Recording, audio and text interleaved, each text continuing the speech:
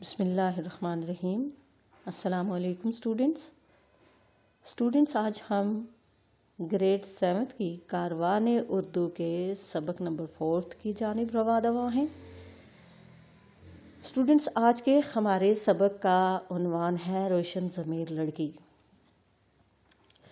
یوں تو آپ نے بہت ساری واقعات بھی پڑھے ہوں گے، بہت ساری سٹوریز بھی پڑھی ہوں گی اور بہت سارا نالج بھی آپ کے پاس ہوگا، لیکن چند ایسے واقعات ہوتے ہیں، چند ایسی کہانیاں ہوتی ہیں جو کہ اسلامی واقعات پہ مشتمل ہوتی ہیں اور وہ ہمیں زندگی میں بہت اعلیٰ مقاصد کی طرف بھی رہنمائی کرتی ہیں اور ہمیں بہت سبق سکھانے والی بھی ہوتی ہیں۔ ایسے اسلامی واقعات ہوتے ہیں کہ جو ہماری زندگی کے نقشے کو بدل کے رکھ دیتے ہیں اور ہم بہت کچھ ان سے سیکھ لیتے ہیں۔ یہ بھی کہانی آج جو میں پڑھنے جا رہی ہوں، یہ ایک سچی کہانی ہے اور اس کو آپ نے بہت گہرائی کے ساتھ اس کا مطالعہ کرنا ہے اور پھر آپ نے اس کو مطالعہ کرنے کے بعد اس پوری کہانی کو اپنے ذہن میں رکھنا ہے۔ یہ کہانی اپنی طرز کی منفرد اور نہایت سبق آموز اور عنوان افروز کہانی ہے۔ آپ تو حضرت عمر فاروق رضی اللہ عنہ کو تو سب ہی جانتے ہیں۔ وہ اپنے دور خلافت میں عوام کے مسائل جاننے کے لیے راتوں کو بیس بدل کر گلیوں میں گشت کرتے تھے، اور پھر ایک ایسی ہی سیاہ شب انہیں ایک ایسی بچی کے بارے میں جاننے کا اتفاق ہوا کہ جس کا دل ایمان کی روشنی سے پر نور تھا۔ بچوں، حضرت عمر فاروق رضی اللہ عنہ کا زمانہ تھا۔ ہمارے پیارے نبی حضرت محمد مصطفیٰ صلی اللہ علیہ وسلم کے مبارک شہر مدینہ میں ایک چھوٹی سی لڑکی رہتی تھی اور وہ ہر روز اپنی ماں سے دودھ کی گاگر لے کر بازار کا رخ کرتی اور وہاں دودھ فروخت کرتی تھی۔ یوں دونوں ماں بیٹی اپنی زندگی بسر کرتی تھیں۔ زندگی کا بوجھ اٹھانا خاصا مشکل تھا۔ زندگی میں طرح طرح کے جھمیلوں اور دکھ درد سے واسطہ پڑتا تھا۔ گزر اوقات کی پریشانی نے بوڑھی ماں کی کمر دھوری کر دی تھی۔ کام کے بغیر کسی شخص کے لیے آسمان سے رزق نہیں اترتا۔ اسٹوڈنٹس، ننھی بچی کی ماں بڑی جان مارتی تھی اور پھر رزق حلال کماتی تھی۔ شیطان نے عورت کے زخمی دل میں گناہ کا ارتکاب کرنے کی تلقین کی اور اس نے اس کے دل میں ڈالا کہ تم کتنی بے وقوف عورت ہو، مانا کہ دودھ فروخت کرتی ہو مگر اس میں تھوڑا سا پانی کیوں نہیں ملا لیتی۔ شیطان نے اس مصیبت زدہ عورت کی عقل میں فطور ڈال دیا۔ عورت نے اپنے آپ سے کہا، یہ کام خوب رہے گا۔ ایک دن اس کا چہرہ خوشی سے چمک اٹھا، یوں وہ پھڑپھڑانے لگی جیسے کوئی پرندہ بن کر اڑنے کی کوشش کرتا ہے۔ رات ختم ہوئی تو صبح کی اگلی پہلی کرن دروازے پہ پڑی، لیکن ابھی رات کا سیاہ پردہ دنیا کے چہرے سے پوری طرح اٹھا نہ تھا کہ اچانک چھلانگ لگا کر چارپائی سے اتری اور اپنی ننھی بچی کو آواز دی، اٹھ گئی ہو میری بیٹی؟ ننھی بچی نے جواب دیا، اٹھ گئی ہوں امی، سن رہی ہوں، آپ کیا کہنا چاہ رہی ہیں؟ بوڑھی عورت نے کہا، دودھ میں تھوڑا سا پانی ملا دینا۔ پانی ملا دوں کیا؟ بچی نے تعجب سے پوچھا۔ ماں نے کہا، ہاں، یہ خیال کیسے آیا آپ کو امی؟ کیا آپ جانتی نہیں ہیں کہ حضرت عمر رضی اللہ تعالیٰ عنہ نے دودھ میں پانی ملانے کی ممانعت کر رکھی ہے؟ بوڑھی عورت جسے اپنی بیٹی کے لیے مثال بننا چاہیے تھا، بولی، واہ میری بیٹی، تم بھی تو بھلا عمر کو کیسے پتہ چلے گا؟ ادھر یہ گفتگو ہو رہی تھی، ادھر خلیفۃ المسلمین حضرت عمر فاروق رضی اللہ تعالیٰ عنہ ان کے دروازے کے آگے سے گزر رہے تھے۔ ان کی اچھی عادتوں میں سے ایک یہ تھی کہ راتوں کو حفاظت کی خاطر گلی گلی گھوما کرتے تھے۔ انہوں نے گھر کے اندر سے آنے والی باتیں سنی تو کان کھڑے کر لیے۔ لڑکی اپنی ماں کو عجیب و غریب جواب دے رہی تھی۔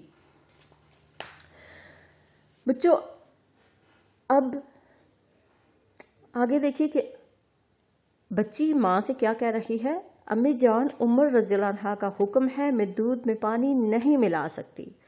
عورت نے پھر وہی الفاظ دہرائے، بھلا عمر کو کہاں سے پتہ چلے گا؟ کون جانتا ہے وہ کتنی گہری نیند میں ہوں گے۔ ننھی بچی ایک زخمی ہرن کی طرح تڑپ اٹھی اور بولی، ارے ماں، آپ عمر رضی اللہ عنہ کو معلوم نہ بھی ہو تو کیا اللہ کو بھی معلوم نہیں ہوگا کہ میں اللہ سے ڈرتی ہوں؟ تو اس غلیظ کام میں مجھے اعلیٰ کار نہ بنا۔ عورت کو اپنی بیٹی سے اس قسم کے جواب کی امید نہ تھی۔ وہ پتھر کی طرح جہاں تھی کھڑی کی کھڑی رہ گئی۔ اسے ایسے لگا جیسے اس کے دل میں نیزے گھس گھس کر باہر نکل رہے ہوں۔ اس کے ہونٹ اذیت سے سکڑ کر کھل گئے، اس کا چہرہ چونے کی طرح سفید ہو گیا اور وہ ایک ہی جگہ پر ڈھیر ہو کر رہ گئی۔ بچوں دیکھیے آگے کہ حضرت عمر فاروق رضی اللہ عنہ یہ سن کر خوش خوش اپنے گھر روانہ ہو گئے۔ گھر پہنچتے ہی انہوں نے اپنے بیٹے سے کہا کہ میرے بیٹے، فلاں جگہ ایک لڑکی رہتی ہے، اگر ممکن ہو تو اسے اپنی نکاح میں لے لو کیونکہ وہ اللہ سے ڈرتی ہے۔ تو دیکھیے کچھ عرصے بعد وہ لڑکی دلہن بننے کی عمر کو پہنچ گئی اور حضرت عمر رضی اللہ عنہ کے بیٹے نے اسے اپنی بیوی بنا لیا۔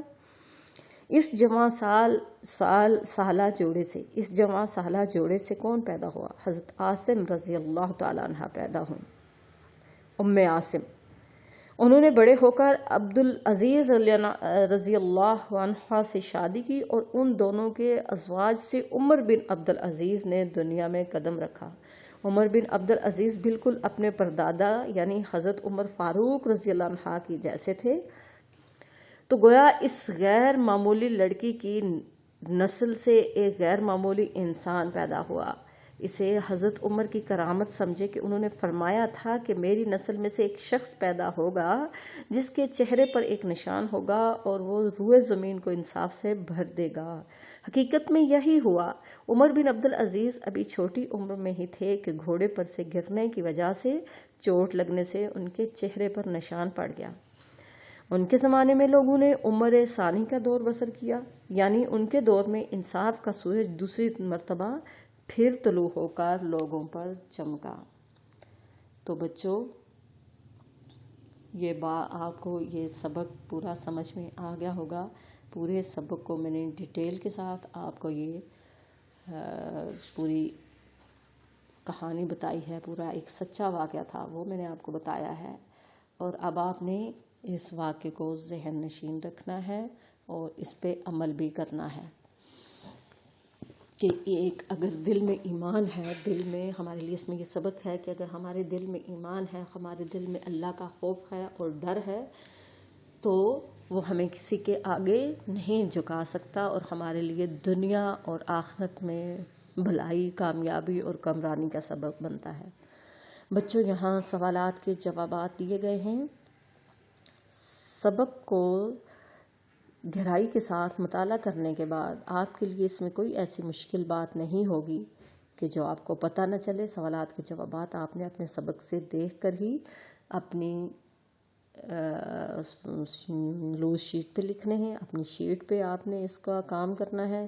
یہاں پہ سبق کا مرکزی خیال ہے، وہ بھی آپ نے 2 یا 3 لائنوں میں لکھنا ہے جیسا کہ میں نے ابھی آپ کو بتایا ہے۔ اور سبق کا خلاصہ یہی ہے جو سبق کے اندر بیان کیا گیا ہے۔